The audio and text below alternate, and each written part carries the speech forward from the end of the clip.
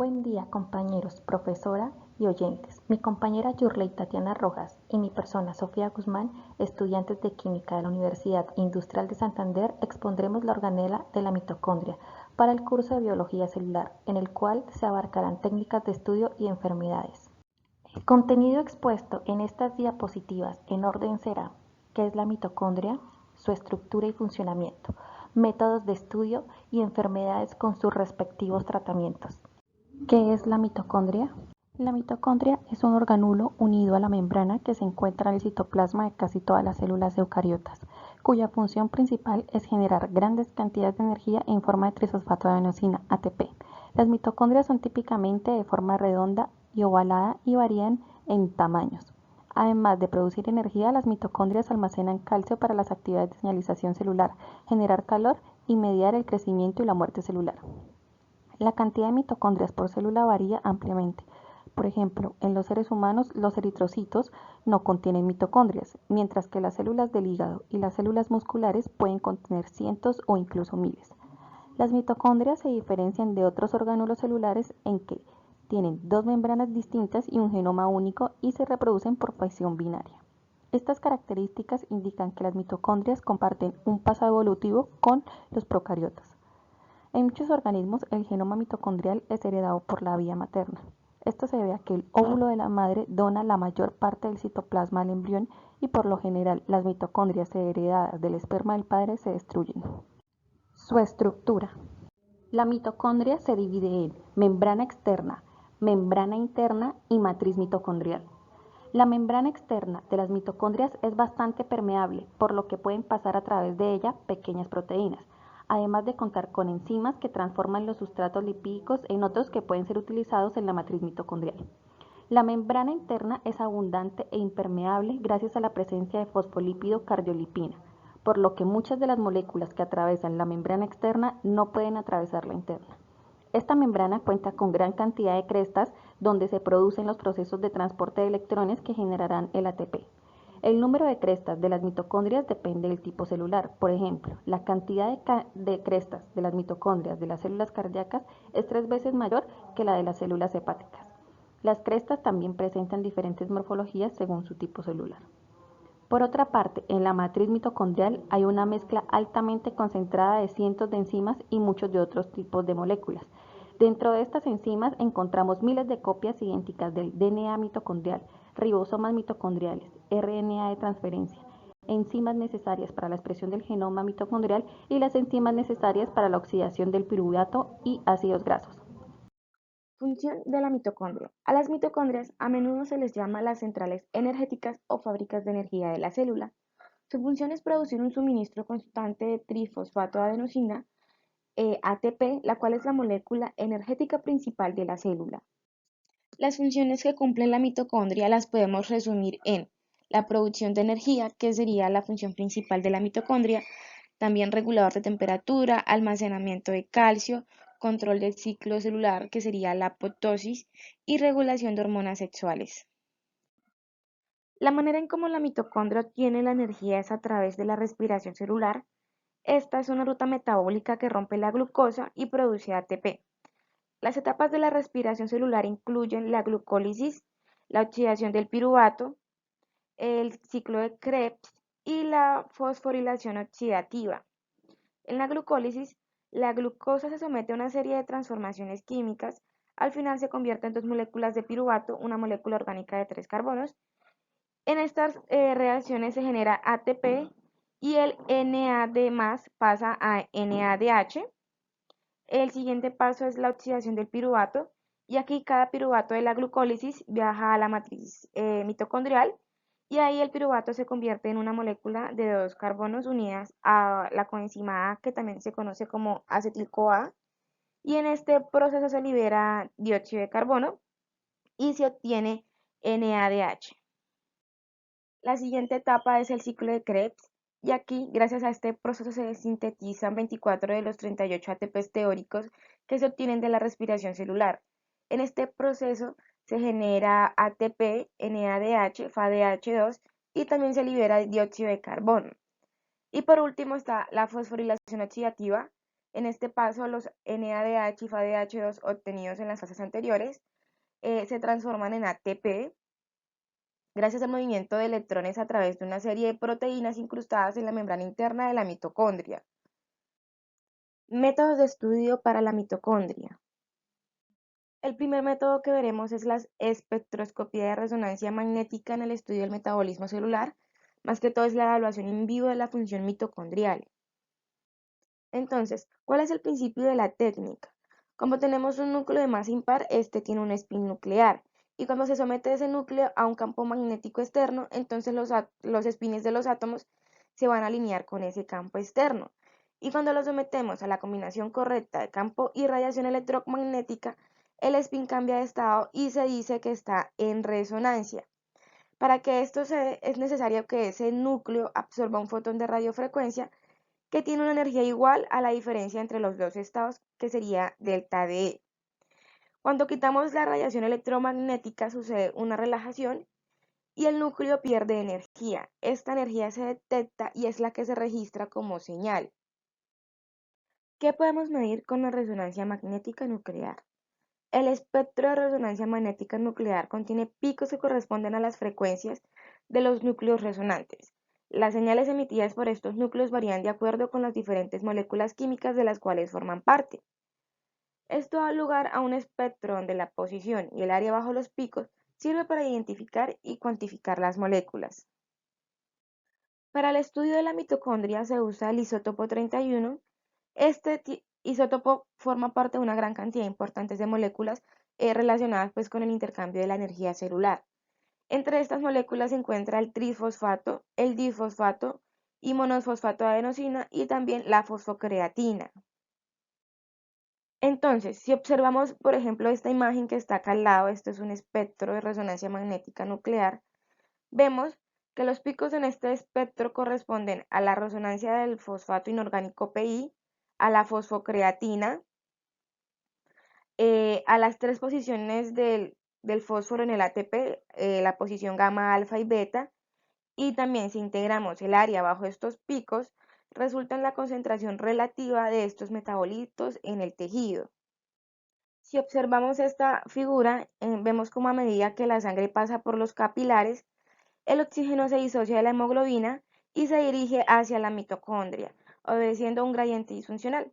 Entonces, en la membrana interna de la mitocondria, el oxígeno acepta los electrones de la fosforilación oxidativa, produciendo así el ATP. El ATP es utilizado como una fuente de energía por los varios procesos celulares y es convertida en ADP y también en fosfato inorgánico. Y esto pues por las apteasas. Entonces, cuando el suministro de oxígeno y substrato, así como la glucosa y ácidos grasos es adecuado, entonces el ADP y el PI son convertidos de nuevo en ATP y cerrando así pues el ciclo energético aeróbico. Entonces, el ATP es proporcional a la utilización del oxígeno por la mitocondria y por lo tanto el consumo de oxígeno puede ser utilizado como índice de la demanda de la energía celular. Con grandes cambios en el transporte de oxígeno o en la utilización de energía, así como por ejemplo en la hipoxia o en el ejercicio, los límites de la producción aeróbica pueden ser limitados. Entonces las células se ven forzadas a usar métodos anaeróbicos para suplementar el ATP producido por la fosforilación oxidativa y así mantener la producción de energía al mismo nivel que la demanda. Estos métodos anaeróbicos son la glucólisis, la fosforilación del ADP con la fosfocreatina y en esta reacción el ADP, la fosfocreatina y unión de oxígeno producen ATP y creatina. Estos cambios pueden ser medidos por la resonancia magnética nuclear del isótopo fósforo 31. Ahora, si vemos estas dos imágenes, son espectros de fósforo 31 del músculo estriado antes y durante un episodio hipóxico. El músculo normóxico tiene una gran cantidad de fosfocreatina y poco fosfato inorgánico. Con hipoxia hay un aumento del fosfato inorgánico y una disminución de la fosfocreatina. Y si nos damos cuenta, el ATP en ambos episodios permanece igual. No hay cambios en el ATP. La resonancia magnética nuclear es una técnica no invasiva la cual permite monitorear el metabolismo energético mitocondrial. Los espectros de fósforo 31 permiten la detención in vivo de la dinámica del ATP y de la fosfocreatina. Y por otro lado, los espectros de carbono 13 evalúan el ciclo del ácido tricarboxílico, la glucólisis o la beta-oxidación. Entonces, las mediciones de la producción de ATP mitocondrial evaluadas por el fósforo 31 y combinadas con las mediciones de carbono 13 permiten evaluar in vivo el acoplamiento mitocondrial entre la oxidación y la síntesis del ATP. Técnicas electroforéticas para estudiar las mitocondrias. La electroforesis es una técnica que emplean los científicos en el laboratorio para separar el ADN, el ARN o moléculas o proteínas en base a su tamaño y carga eléctrica. Se utiliza una corriente eléctrica para mover las moléculas y que se separen a través de un gel. Los poros del gel actúan como un colador permitiendo que las moléculas más pequeñas se muevan más rápido que las grandes. Las condiciones utilizadas durante la electroforesis se pueden ajustar para separar moléculas en el rango del tamaño que se desee. Para el estudio de las proteínas mitocondriales, recientemente se introdujo la electroforesis en gel de poliacrilamida bidimensional 1D y 2D Page, respectivamente, seguida de la inmunotransferencia Western, las cuales han demostrado ser un enfoque muy sensible e informativo para analizar el contenido complejo de las proteínas mitocondriales. Sin embargo, la electroforesis en gel de poliacrilamida nativa azul BN-Page es una técnica que puede separar de manera más eficiente proteínas de la membrana mitocondrial, la cual se basa en la unión débil del colorante aniónico Comacibrilant Blue G 250 a todos los complejos de proteínas de membrana y a muchos complejos de proteínas solubles, lo que retiene las interacciones proteína-proteína y a la vez confiere carga negativa al complejo. De este modo se permite la migración de acuerdo con su tamaño a un pH de 7.5, que está en el rango fisiológico para la mayoría de los compartimentos celulares, impidiendo la disociación de las subunidades y por tanto a la pérdida de la estructura nativa del complejo. También se puede utilizar para estudiar el ensamblaje de complejos OXPOS. Por ejemplo, para realizar el análisis de complejos de cadenas respiratorias mitocondriales en células humanas cultivadas, las mitocondrias se aíslan de las células mediante digitonina, que es un detergente suave que permeabiliza la membrana plasmática de las células. Luego, mediante el uso del lauril maltóxido, los complejos OXPOS se liberan de las membranas mitocondriales mediante el uso de electroforesis en gel de gradiente. Los complejos se separan según su masa y para visualizarlos, la membrana de fluoruro de poliviniladino se incuba secuencialmente con anticuerpos correspondientes a las subunidades seleccionadas de los 5 complejos OXPOS. El protocolo a seguir para realizar esta técnica es la preparación de los tampones y soluciones. Segundo, la preparación de erizados mitocondriales. Tercero, la preparación de gel de gradiente para BN-Page y la cuarta es realizar la electroforesis en gel nativa azul. Sin embargo, una de las partes más críticas del protocolo para realizar la electroforesis es preservar los complejos OXPOS intactos durante la preparación, el almacenamiento y la electroforesis en gel de la muestra. Por lo tanto, las mitocondrias deben aislarse a 4 grados centígrados y las mitocondrias y las muestras no deben someterse a ciclos de congelación-descongelación, ya que los complejos OXPOS solo pueden tolerar un ciclo de estos durante todo el procedimiento. Múltiples ciclos de descongelación-congelación destruyen los complejos OXPOS. De igual manera, las muestras de control y experimentales que se van a comparar deben prepararse en paralelo para evitar diferencias en las condiciones de almacenamiento que podrían dar resultados negativos. Para la visualización de los complejos OXPOS se utilizan anticuerpos específicos de forma secuencial en función de sus propiedades. Por ejemplo, se usa primero el anticuerpo que da la señal más débil y el anticuerpo con la señal más fuerte se utiliza al final. Esto es importante ya que la extracción debilita la detección. El método explicado aquí está optimizado para la detección de complejos de la cadena respiratoria mitocondrial. Sin embargo, también se puede aplicar para la evaluación de la oligomerización de proteínas mitocondriales. Por lo tanto, BN-Page se puede utilizar para evaluar los niveles de estado estacionario y el ensamblaje de OXPOS para diferentes aplicaciones, incluido el diagnóstico molecular de trastornos mitocondriales humanos. El siguiente método es el análisis de las mitocondrias cerebrales mediante microscopía electrónica de barrido de caras de bloques en serie. El cerebro humano es un órgano que consume mucha energía y se basa principalmente en la glucosa como fuente de combustible. La glucosa es catalizada para producir energía celular en forma de trisosfato de adenosina, ATP. El deterioro de la producción de ATP mitocondrial causa trastornos mitocondriales, que se representan clínicamente como síntomas neurológicos y miopáticos prominentes. Los defectos mitocondriales también están presentes en los trastornos del neurodesarrollo. Debido a esto, existe un mayor interés en el campo para realizar análisis 3D de la morfología, de la estructura y de la distribución mitocondrial, tanto en estados sanos como en estados patológicos. La técnica de microscopía electrónica de barrido de caras de bloques en serie implica un proceso de automatizado de corte, de obtención de imágenes de bloques de tejido y adquisición de datos. Las neuronas son células altamente polarizadas con múltiples dendritas y axones extendidos, y las mitocondrias que forman una red reticular conectada en el cuerpo celular pueden tener que separarse a medida que avanzan a través de estas neuritas. Esto hace que las mitocondrias cerebrales sean extremadamente variadas en tamaño y forma. Por ejemplo, utilizando la técnica de microscopía electrónica de barrido de caras de bloques en serie SBFSEM, se observa previamente que la diferencia en el volumen o tamaño de las mitocondrias extrasinápticas a las mitocondrias presentes en las terminales nerviosas pueden ser hasta de 16 veces. Hay varios enfoques para realizar el análisis de volumen, que incluyen la sección TEM, el ultramicrotomo SEM recogida de cinta automatizada, el SEM haz de iones enfocados y el SBF-SEM. El análisis de microscopía electrónica de barrido de caras en bloques de series tiene la ventaja de que tiene la resolución de proporcionar datos cuantitativos sobre la morfología, el tamaño, la distribución y el número de orgánulos como las mitocondrias en áreas de hasta 1 milímetro de cerebro. La operación técnica también es menos exigente con adquisición y análisis de datos dentro de las capacidades de muchos laboratorios.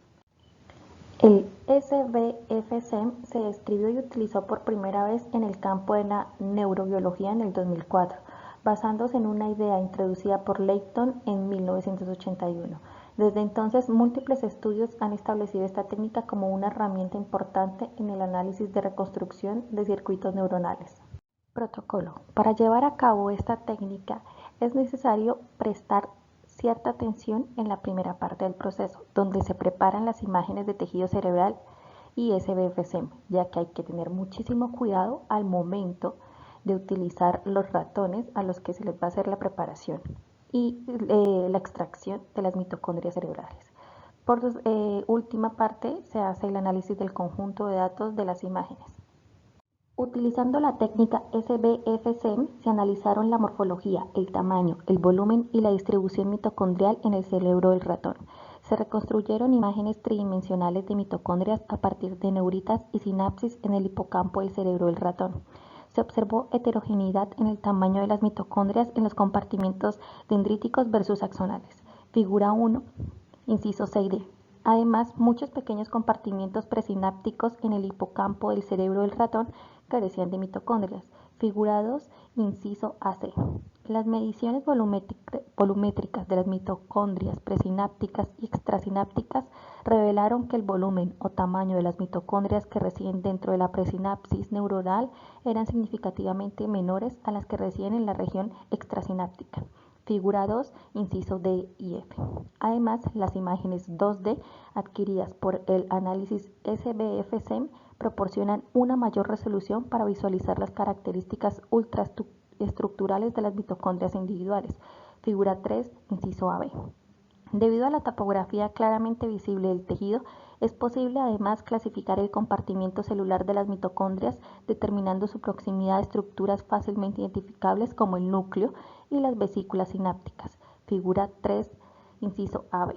Para identificar las mitocondrias presentes en los procesos neuronales, reconstruir el proceso individual como axón o dendrita en función de la presencia o ausencia de botones presinápticos respectivamente. Basándonos en estos resultados, proponemos que SBF-SEM es una técnica analítica extremadamente valiosa para identificar la forma, el tamaño, el número y la distribución de las mitocondrias en el tejido cerebral que cualquier defecto grave en la estructura y distribución de las mitocondrias también se puede determinar utilizando este método, debido a que las características ultraestructurales de los diferentes tipos de células en el cerebro son distintas.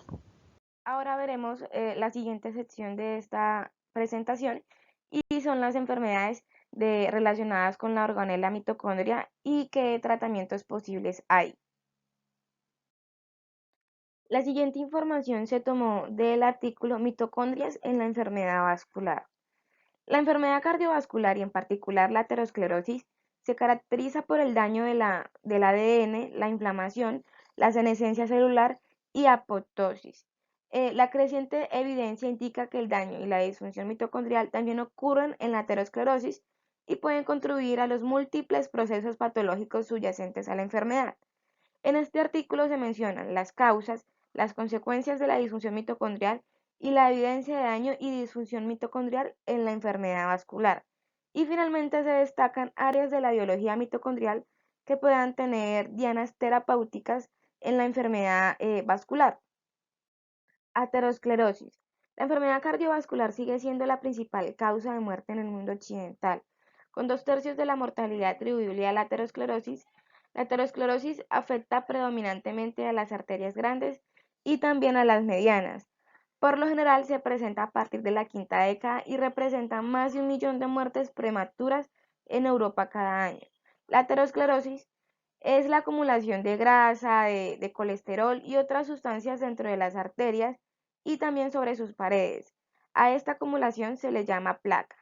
La placa aterosclerótica es una lesión multicelular que comprende células del músculo lisovascular, CMLV, también monocitos, macrófagos, linfocitos T y otras células inflamatorias, además de lípidos intra y extracelulares y también detritos celulares.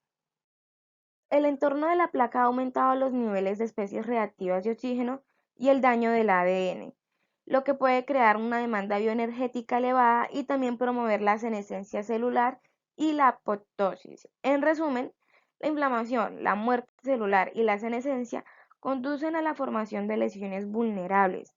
La ruptura de placas vulnerables expone el núcleo protombótico a la circulación. Esto se manifiesta como ataques cardíacos, como émbolos, que se manifiestan a su vez como accidentes cerebrovasculares. Evidencia de disfunción mitocondrial en la aterosclerosis. Existe una evidencia creciente de que el daño y la disfunción mitocondrial ocurren en la aterosclerosis tanto en células humanas como en modelos animales.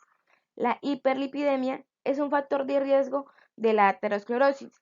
Por otro lado, la exposición a especies reactivas de oxígeno aumenta los niveles de lesiones oxidativas del ADN mitocondrial y reduce la producción de ATP y proteína mitocondrial en las células del músculo liso vascular CMLV.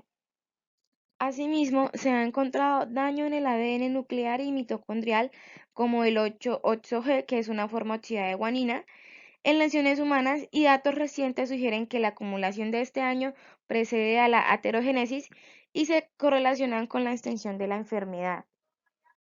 Causas y consecuencias de la disfunción mitocondrial en la aterosclerosis. La disfunción mitocondrial puede ser causada por el daño del ADN, que está asociado con muchos de los factores de riesgo de la aterosclerosis. Por ejemplo, fumar puede provocar daños en el ADN e inhibir la velocidad de reparación del ADN. La diabetes mellitus se caracteriza por la disfunción islet y, celular y la reparación del ADN fallido, que se exacerba por las especies reactivas de oxígeno.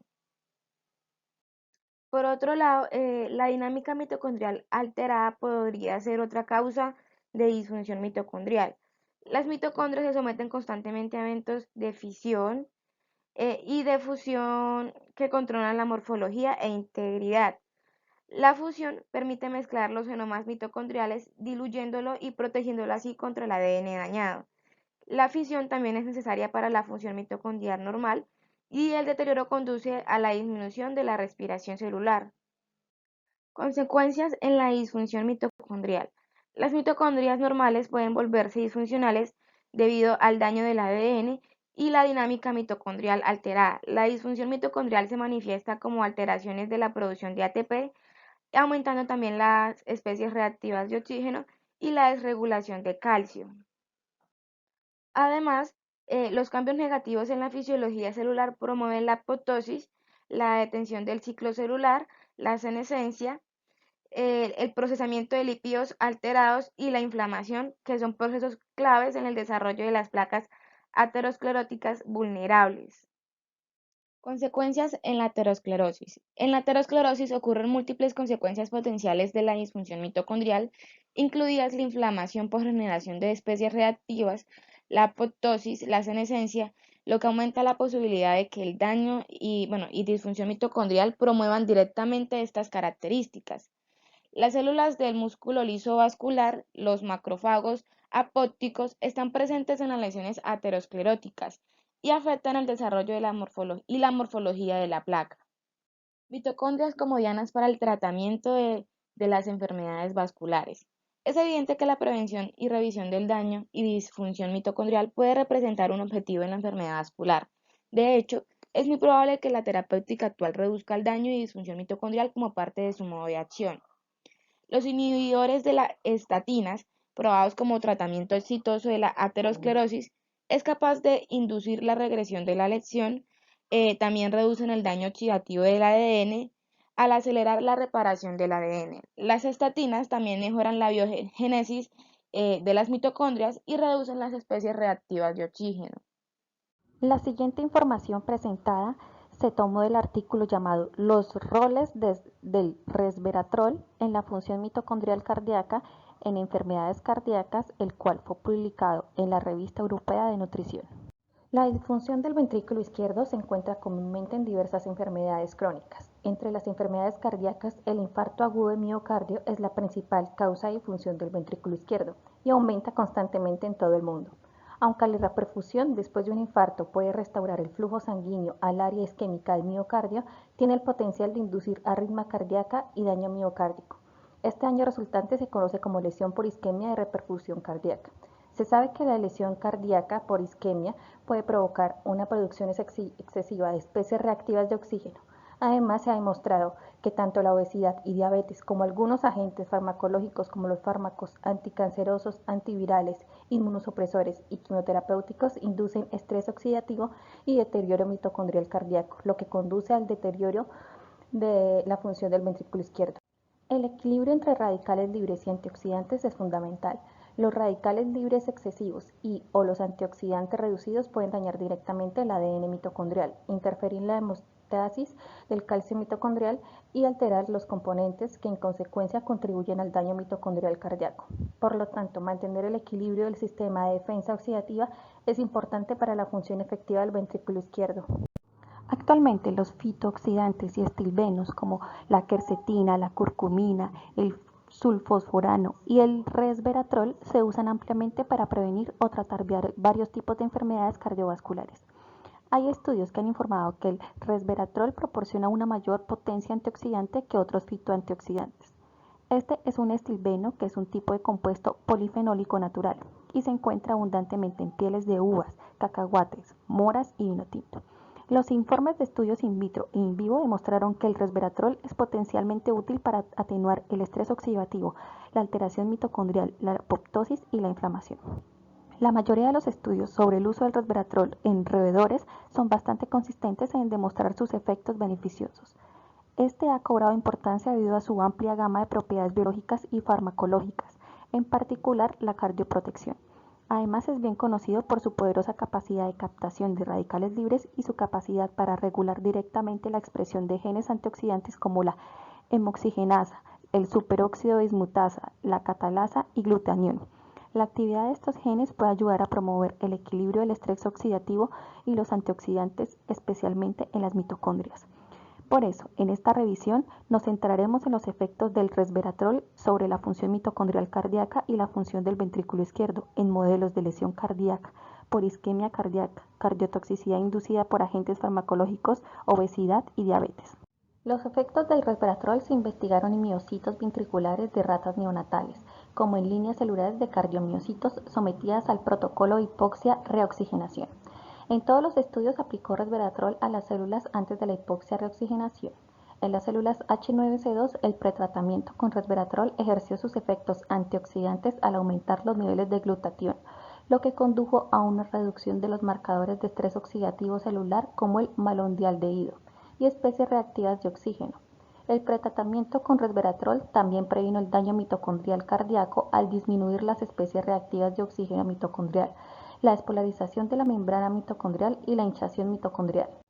Además, el resveratrol redujo la expresión del canal aniónico dependiente de voltaje, la cual existe en la membrana interna mitocondrial y es una proteína clave que modula la función mitocondrial. Esta controla la entrada y salida de metabolitos e iones mitocondriales, así como la apertura de un poro de transición de permeabilidad mitocondrial para regular la muerte celular y supervivencia celular. Solo hay 2 estudios que informan los efectos del resveratrol en la función mitocondrial cardíaca con lesión cardíaca. En estos estudios se utilizaron ratones como modelo a los que se le indujo la isquemia cardíaca.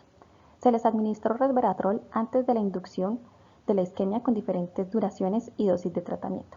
En un estudio, el pretratamiento crónico con resveratrol 2 mg por kilo durante 6 semanas redujo eficazmente el tamaño del infarto y mejoró la función del ventrículo izquierdo y la inflamación de las mitocondrias cardíacas. En otro estudio, se administró un pretratamiento agudo de resveratrol, primero 2.5, luego 5 y luego 10 mg por kilo a las ratas una hora antes de la inducción de la isquemia. Los resultados mostraron que la administración aguda de resveratrol a 2,5 mg por kilo no ejerció efectos beneficiosos con respecto a la mejora de la función del ventrículo izquierdo y la función mitocondrial. Sin embargo, la administración aguda de resveratrol a 5 y 10 mg por kilo podría proteger el corazón contra la lesión cardíaca por isquemia y reducir la inflamación cardíaca y prevenir la disfunción mitocondrial. Un exceso de inflamación mitocondrial podría inducir al daño del ADN mitocondrial y alterar la función mitocondrial al reducir la actividad de la cadena de transporte de electrones mitocondriales, la actividad de la ATP sintasa e inducir a la alteración mitocondrial cardíaca. Los datos de estos estudios in vivo sugirieron que los pretratamientos agudos y crónicos con resveratrol previenen eficazmente el daño mitocondrial cardíaco. Se ha demostrado que varios agentes farmacológicos como ácido-timidina, AZT y triptolida, TP, inducen disfunción mitocondrial cardíaca. Con respecto a este aspecto, los efectos beneficiosos del resveratrol sobre la función mitocondrial cardíaca se han reportado en cardiomiocitos humanos. Las células de cardiomiocitos humanos se trataron con AZT para inducir la disfunción mitocondrial cardíaca, pero se ha demostrado que el pretratamiento con resveratrol durante 2 y 4 horas reduce eficazmente los niveles de especies reactivas de oxígeno mitocondriales en los cardiomiocitos humanos. Las especies reactivas de oxígeno mitocondriales son producidas principalmente por los complejos mitocondriales 1 y 3 de la cadena de transporte de electrones, cuando las moléculas de oxígeno se convierten en radicales superóxido. Por lo tanto, el pretratamiento con resveratrol podría promover la capacidad antioxidante de las mitocondrias, lo que ayudaría a reducir las especies reactivas de oxígeno mitocondriales en las células, lo que conduciría a una reducción de la apoptosis y aumentaría la viabilidad celular en la toxicidad de cardiomiocitos humanos inducida por AZT. Por eso, el resveratrol juega un papel importante en el funcionamiento fisiológico del corazón. Evidencias de estudios in vitro, ex vivo e in vivo han demostrado los efectos cardioprotectores potenciales del resveratrol contra la disfunción del ventrículo izquierdo en casos de lesiones cardíacas por isquemia. El resveratrol mejora eficazmente la función del ventrículo izquierdo al mejorar la función mitocondrial cardíaca. Sin embargo, los mecanismos detallados del resveratrol en la dinámica mitocondrial cardíaca y la mitofagia siguen sin aclararse. Se necesitan estudios futuros para proporcionar más información y llenar el vacío en esta área del conocimiento. Los hallazgos resumidos en esta revisión sugieren que los beneficios de este compuesto natural podrían potencialmente conferirse a los pacientes con enfermedades cardiovasculares. Muchas gracias por la atención. Esperamos que este contenido haya sido educativo para todos ustedes. Hasta la próxima.